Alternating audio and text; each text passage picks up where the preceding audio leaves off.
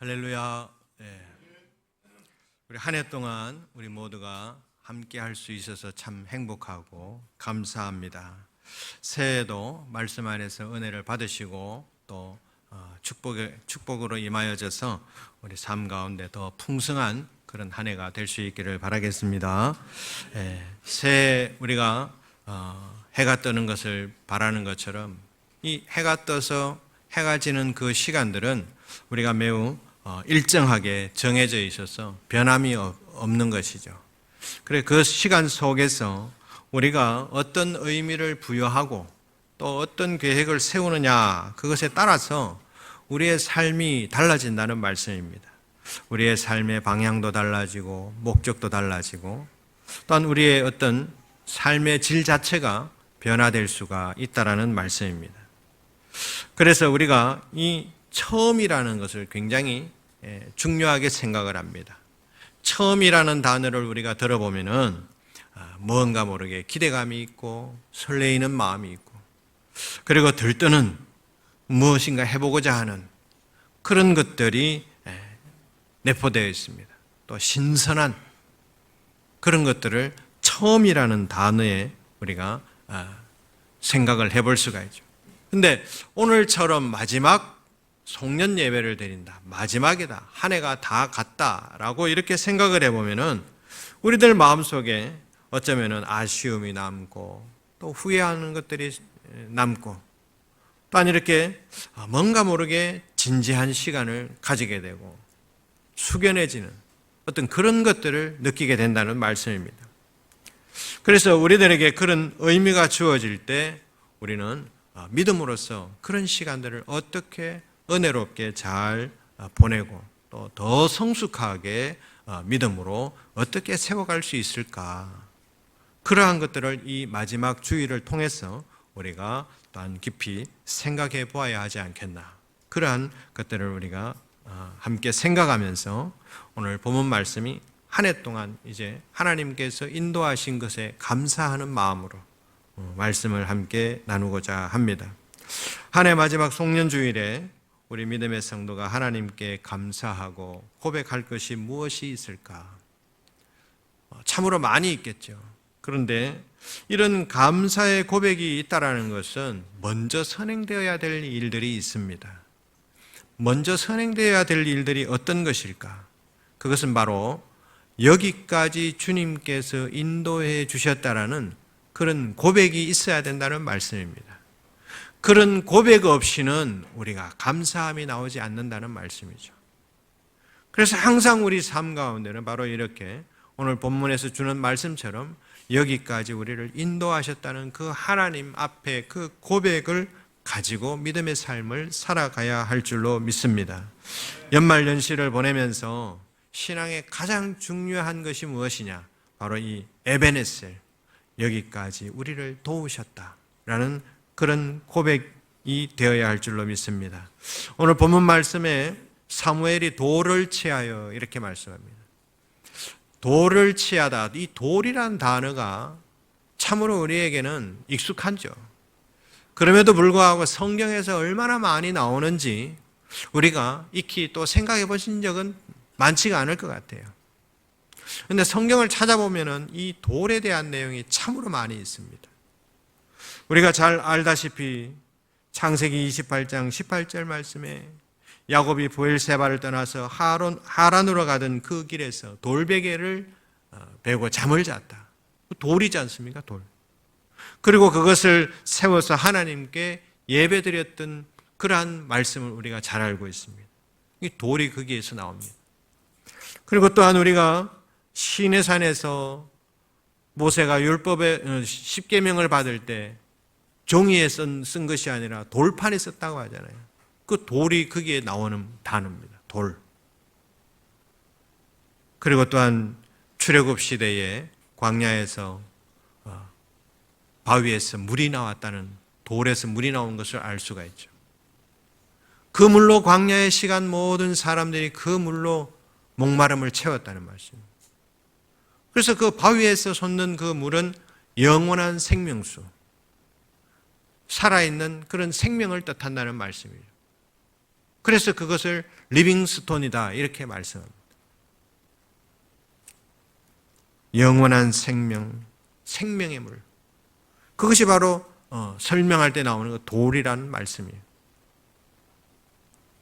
그리고 또한 여호수아서 4장 8절 이하의 말씀을 보게 되면은 그곳에서도 전하는 것을 보게 됩니다. 여호수아가 요단강을 건너갈 때 그 강 중간에 돌을 세웠습니다.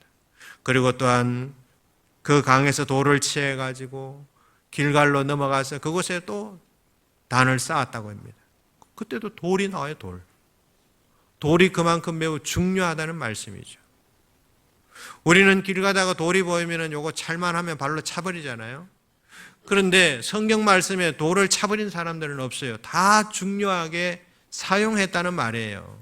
그리고 굉장히 중요하게 우리들에게 영적으로 필요한 도구로 쓰인다는 것을 알 수가 있다는 말씀입니다.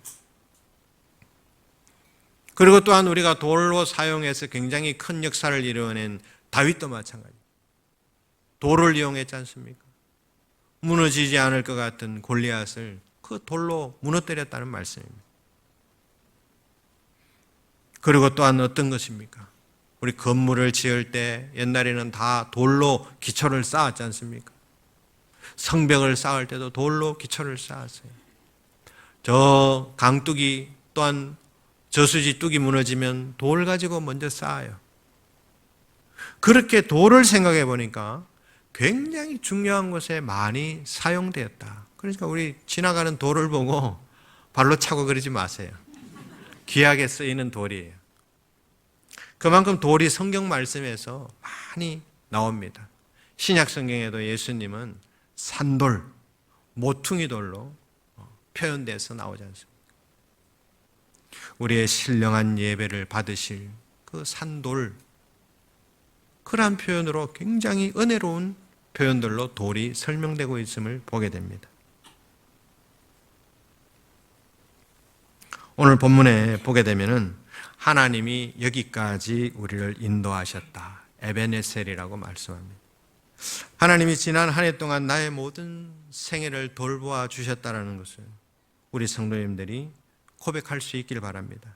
하나님의 도움으로 지금까지 우리가 이렇게 살아왔다라는 것을 반드시 주님 앞에 고백해야 될 줄로 믿습니다.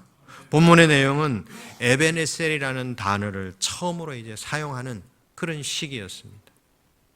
처음으로 사용하는 시기, 하나님께서 여기까지 인도하셨다라고 처음으로 사용하는 그 내용인데 돌이 세워졌다라는 말씀이죠. 오늘 본문 여기 돌을 세워서 주님 앞에 예배를 드리는 것은 무슨 의미가 있을까요? 과연 무엇 때문에 이스라엘 백성들은 그곳에다가 돌을 세워서 하나님 앞에 예배를 드렸을까요? 그냥 아무것도 없는데 우리 여기서 예배 드리자라고 하진 않았을 거 아닙니까? 앞에 무엇인가 전제된 내용이 있었기에 돌을 세워서 하나님께 예배 드렸을 거 아닙니까? 무엇 때문이었을까요? 무엇 때문에 기념비를 세웠냐는 말씀이죠. 오늘 7장의 전반부에 말씀하는 내용들을 쭉 살펴보게 되면은 그 이유에 대해서 말씀을 하고 있습니다.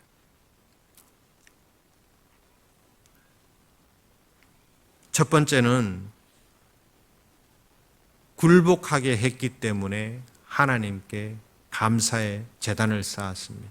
굴복했다는 게 무슨 말씀이냐? 오늘 본문 말씀해 보니까 나오죠. 블레셋 사람 13절 말씀입니다. 이에 블레셋 사람들이 굴복하여 다시는 이스라엘 지역 안에 들어오지 못하였다. 굴복을 했다는 것이죠. 그것도 블레셋이. 이게 무슨 말씀입니까? 이스라엘 백성들이 지금까지 살아오는 이 삶 속에서 가장 많이 괴롭히고 가장 많이 정말 성경에 나와서 블레셋 얼마나 많이 나옵니까? 그 블레셋 많이 나오는 그 이름 중에서 블레셋이 이스라엘 백성들에게 검은 보화를 갖다 주었다라고 하는 표현은 하나도 없습니다. 전부 다 쳐들어와서 빼앗아가고 죽이고 전쟁을 하고 그랬던 민족이 블레셋이라는 말씀이에요.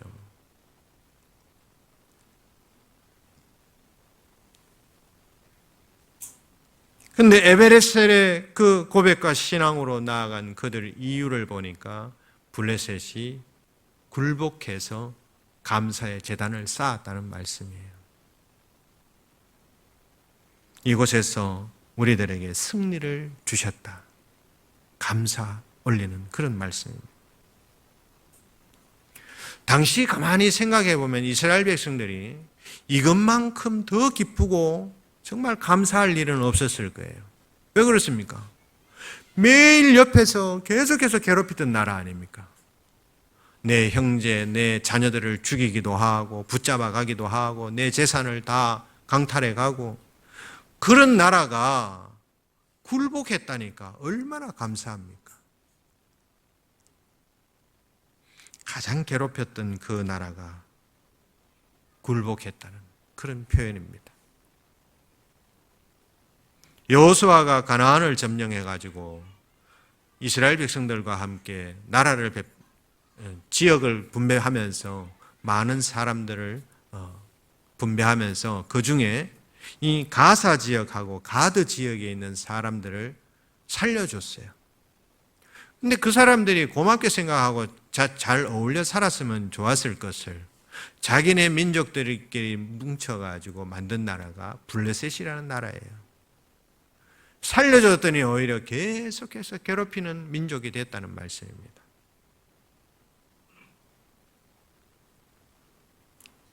매일같이 수시로 공격해서 괴롭히던 그 나라가 오늘 본문 말씀에 굴복하게 되었다라고 말씀하셨습니다. 이스라엘은 블레셋과 큰 전쟁을 2번이나 했습니다. 물론 작은 것도 많았지만은 큰 전쟁을 2번이나 치루었어요. 근데 그 전쟁을 치르는 그마다 대패를 했습니다. 그래서 너무나도 많은 충격을 받은 것입니다. 이스라엘 백성들은 우리들은 지금까지 하나님 앞에 예배를 드리고 있는데 무엇 때문에 우리는 전쟁에서 이렇게 지는 것일까? 알 수가 없는 거예요. 그러나 사무엘은 그 원인을 찾았습니다. 무엇입니까? 미스바로 다 집합, 모여라. 하나님께서 왜 너희들이 전쟁을 지게 하는지 내가 지금 이야기할 거라. 너희들은 예배를 드리면서 제사를 지내면서 너희들의 우상이 더 크다라는 거죠. 우상을 너무나도 많이 섬기는 그 이스라엘 백성들을 지적하고 있는 것입니다.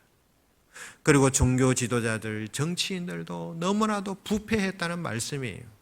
그것을 지적하고 우리는 이곳에서 회개하고 주님 앞에 다시 기도의 자리로 나아가야 된다는 말씀이죠. 그래서 이스라엘 백성들이 눈물을 흘리면서 하나님 앞에 통곡하면서 주님 앞에 회개하는 시간을 가졌다는 말씀이에요.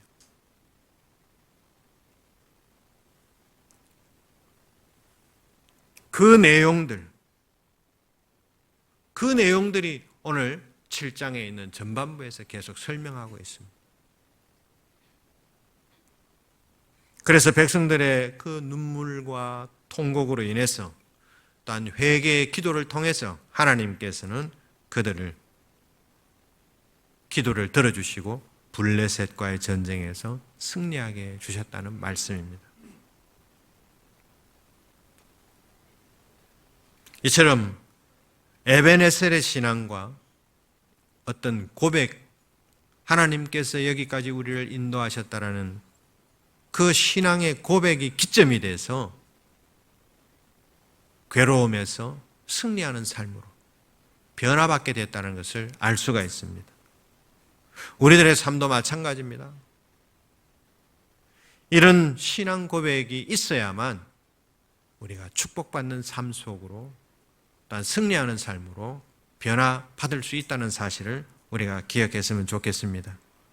하나님은 우리들에게 이렇게 매일같이 승리하도록 베풀어 주시기를 원하시는 분이세요.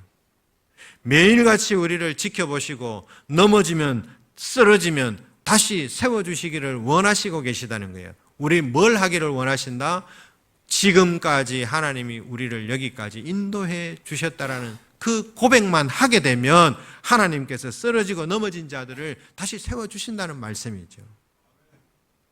그것을 통해서 승리하게 해주신다는 말씀입니다.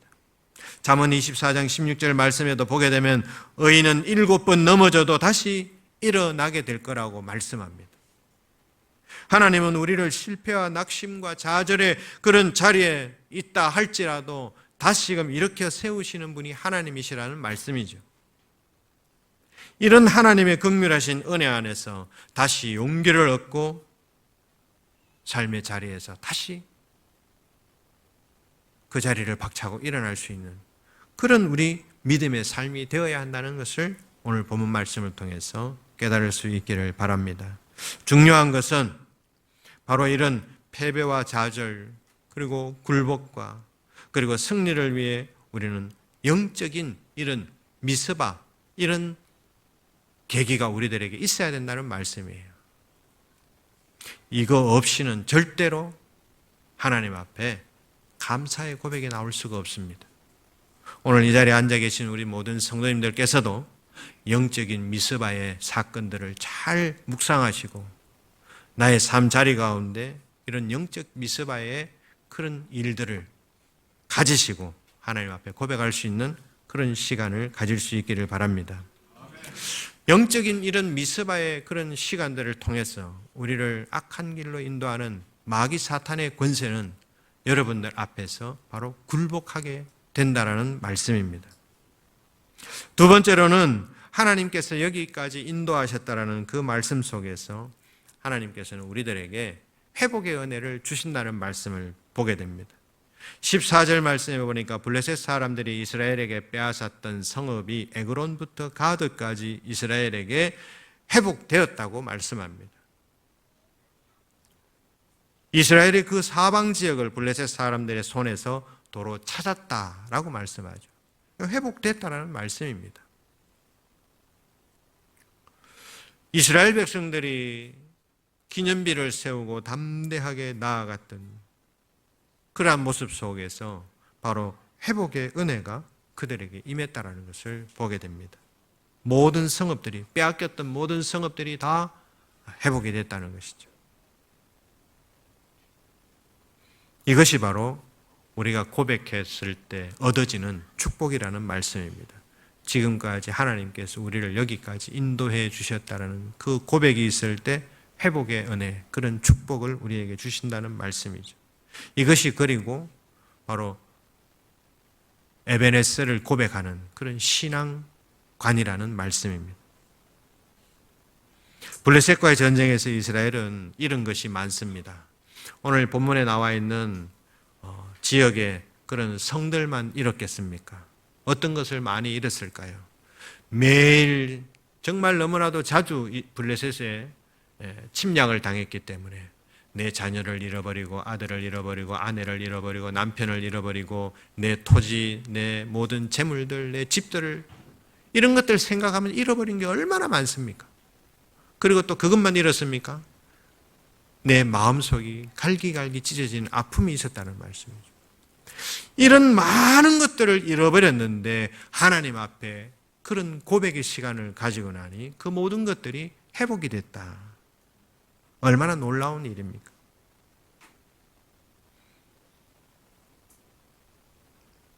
우리가 믿는 하나님은 모든 것을 회복시켜 줄 수 있는 하나님이심을 믿으시기 바랍니다. 고난과 아픔과 시련 여러 가지 많은 그러한 것들을 잃어버렸다 할지라도 하나님 앞에 그러한 에베네셀의 신앙 고백이 이루어지는 그 순간부터 그 모든 것들이 회복이 되어진다는 사실입니다. 성경의 이야기 속에서 그러한 회복에 대한 아주 중요한 인물이 있죠. 회복의 은혜를 입은 사람, 바로 이 욥이지 않습니까?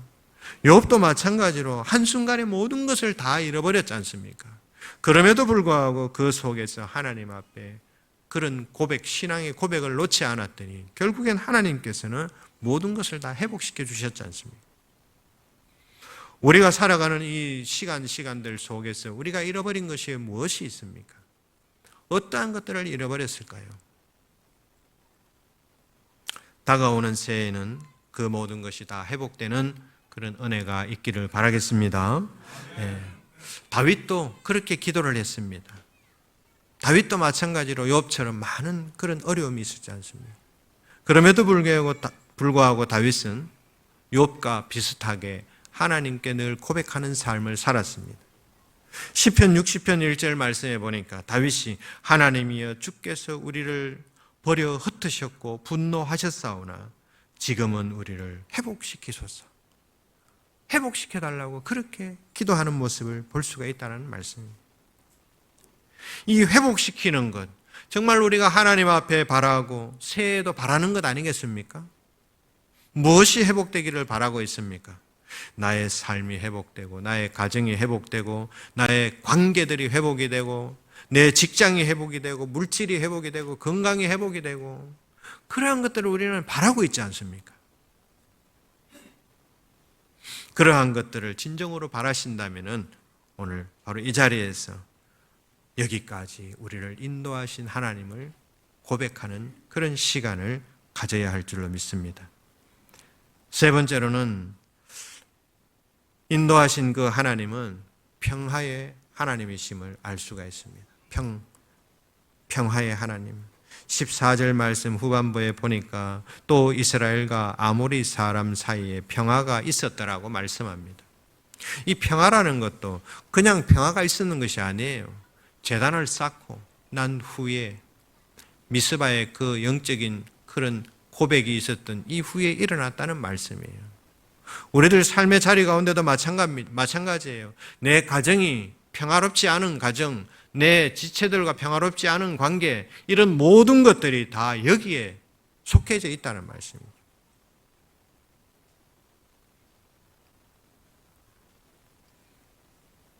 하나님께서는 미스바의 그 사건을 통해서, 그 고백을 통해서 승리하게 하시고 회복하게 하시고 마지막으로 이런 평안의 복을 주셨다는 말씀입니다.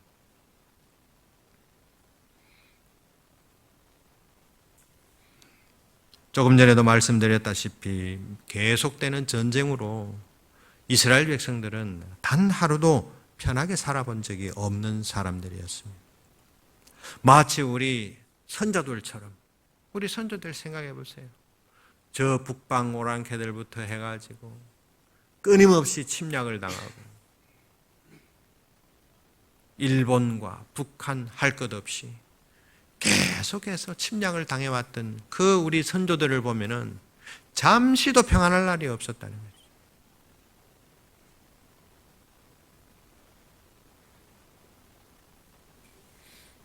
그래서 오늘 본문 가운데 이스라엘 백성들은 하나님께서 여기까지 우리를 도우셨다, 앞으로 도와주실 것이라는 그런 굳건한 믿음, 그런 고백을 통해서 그들에게 이런 평안의 복을 얻게 되었다라는 사실을 우리가 알 수가 있습니다.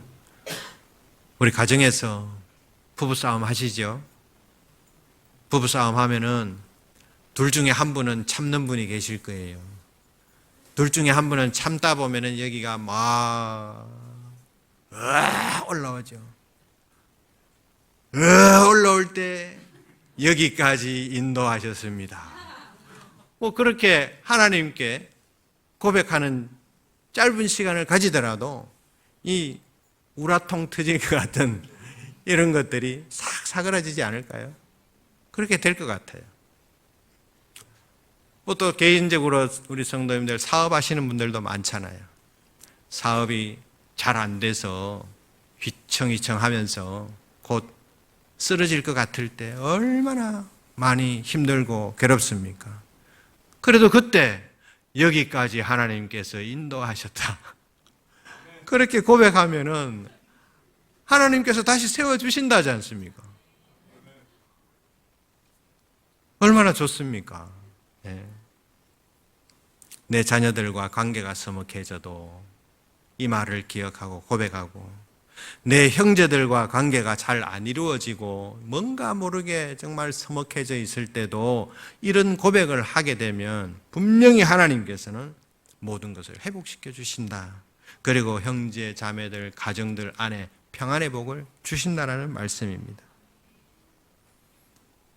그렇게 되니까 이스라엘 백성들도 자유함을 누렸던 것처럼 그런 고백을 통해서 가정이 자유로워지고 또 우리 지체들과 공동체가 자유함을 누리게 된다는 그러한 말씀입니다. 그런데 너무나도 아이러니한 것은 이렇게 우리들이 평화를 또 평안을 그렇게 구하고 우리가 살아갑니다. 오늘 연말이 돼서 내년에는 우리 정말 이 땅 가운데 평화가 정치적으로도 경제적으로도 각 나라들도 평화가 있기를 그렇게 소망을 합니다. 그런데 실제적으로 어떻습니까? 유엔군이 막 평화유지군들이 파병이 돼가지고 평화를 유지시키고 또 회복시키기 위해서 그렇게 끊임없이 노력을 합니다. 그럼에도 불구하고 전쟁과 테러들은 늘 이어지고 있습니다. 그걸 통해서 많은 사람들은 불안해하고 힘들어한다는 말씀이죠. 도무지 사람들이 아무리 평화를 이루어 보려고 해도 평화가 이루어지지 않는다는 말씀입니다. 어느 한 곳에 평화가 있습니까? 사람이 하는 평화는 아무리 노력을 해도 평화를 이룰 수가 없습니다. 우리에게 진짜 평화라는 것은 하나님 한 분만이 우리에게 주실 수 있다라는 말씀입니다. 고든 맥도날드라는 그러한 사람이 자기가 쓴 책에서 내면의 세계의 질서와 영적 성장이라는 그런 책 속에서 제가 보니까 그런 내용을 썼더라고요. 우리 마음의 질서가 잡히지 않을 때 불안하고 두려워하고 염려하여 몹시 혼란스럽다. 주님은 바로 그런 우리들의 마음속 내면 세계를 질서 있게 해 주시는 분이시다. 이렇게 말씀합니다. 하나님이 우리들 심령 가운데 딱 내주해 계실 때 우리들 속이, 우리들 내면이, 가정이 이렇게 모든 육체적인 삶이 평안의 복을 얻게 된다는 말씀입니다. 요한복음 14장 27절 말씀에 두려움에 떨고 있는 제자들에게 예수님께서 말씀하십니다. 평안을 너희에게 끼치노니 곧 나의 평안을 너희에게 주노라. 내가 너희에게 주는 것은 세상이 주는 것과는 다르다라고 말씀하잖아요. 그래서 너희는 마음에 근심도 하지 말래요. 우리 성도님들, 우리의 삶에 두려움이 끝이 없이 찾아옵니다. 걱정과 염려와 한숨들이 하루도 그치고 갈 날이 없어요. 매일같이 그러한 일들이 우리들에게 나타난다는 말씀이죠. 눈에 보이는 현실을 바라보고 또한 우리들에게 당면한 과제들을 바라볼 때 염려와 고민들이 계속해서 나타나는 것입니다. 그럴 때 우리에게 정말 필요한 것이 무엇이겠습니까? 오늘 본문의 12절 말씀처럼 바로 미스바와 센 사이에 세워 이르되 여호와께서 여기까지 우리를 도우셨다라는 그런 고백 하나입니다. 이제 우리들도 마찬가지로 이러한 고백과 기도를 드렸으면 좋겠습니다. 하나님이 여기까지 우리를 도우셨다. 그런 고백을 할 수 있기를 바랍니다. 지금까지 살아온 것이 하나님의 은혜였고 앞으로도 하나님의 은혜로 살아갈 줄로 믿습니다라는 그런 고백이 있기를 바랍니다. 지금까지 도우신 하나님께서 앞으로도 우리의 삶과 우리의 심령을 책임지실 것을 믿으시면서 하나님이 이끌어 가신 것을 믿으시면서 능력으로 우리의 삶 구석구석에 역사하실 것을 믿으시면서 그러한 고백을 하며 나아갈 수 있는 우리 성도님들 되길 바랍니다.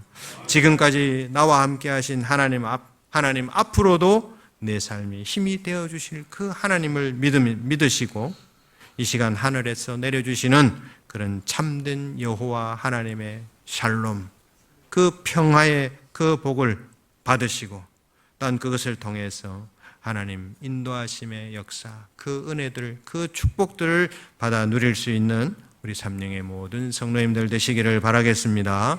네, 기도하겠습니다. 거룩하신 아버지 하나님, 오늘도 귀한 말씀을 베풀어 주심에 감사드립니다. 송년주일을 맞아 우리 삶 가운데 지금까지 인도하신 주님을 고백하는 우리 삶이 되게 해주시고 그 고백의 삶을 통해서 마귀 권세가 굴복하게 해 주시고 우리 삶 가운데 실패와 낙심과 좌절을 경험한다 하여도 다시 일으켜 세우시는 그 하나님을 바라보게 해 주시옵소서. 그리하여 언제나 우리를 회복시키시고 평강의 복으로 이끄시는 그 하나님을 찬양하며 축복된 삶을 살아갈 수 있는 우리 모든 주님의 권속들 되게 하여 주시옵소서. 2026년도도 새롭게 이끌어 가실 것을 믿으며 우리의 소망 되시는 예수 그리스도의 이름으로 기도드립니다. 아멘.